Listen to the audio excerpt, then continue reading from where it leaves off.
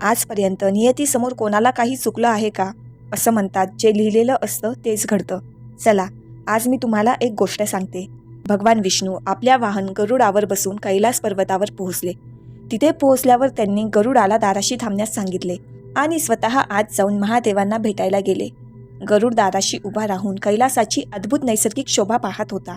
तेव्हाच त्याची नजर एक अतिशय लहान सुंदर पक्षावर पडली. तो इतका सुंदर होता की गरुडाचे सर्व लक्ष त्याच्याकडेच केंद्रित झाले. त्याचवेळी तिथे यमदेव आले.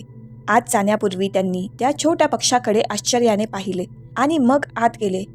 गरुडाने मनात विचार केला, यमदेवांनी त्या पक्षाकडे असं आश्चर्याने का पाहिलं असेल?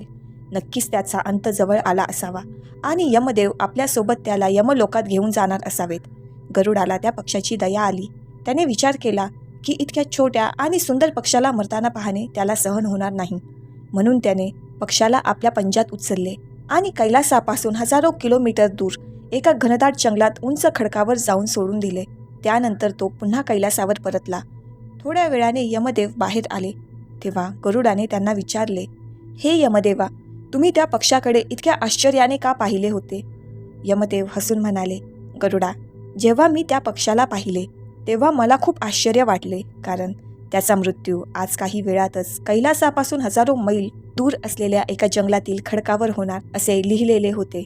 मी विचार करत होतो की तो इतक्या दूर तिथे कसा पोहोचेल, पण आता तो इथे नाही, म्हणजे नक्कीच त्याचा मृत्यू झाला असणार. हे ऐकून गरुड थक्क झाला. ज्या पक्षाला वाचवण्यासाठी त्याने स्वतः दूर जंगलात नेऊन सोडले होते, तेथेच त्याचा मृत्यू नियतीने आधीच ठरवून ठेवला होता. त्या क्षणी गरुडाला उमगलं की आपण कितीही प्रयत्न केले तरी शेवटी तेच घडलं जे परमेश्वराने ठरवलेलं होतं.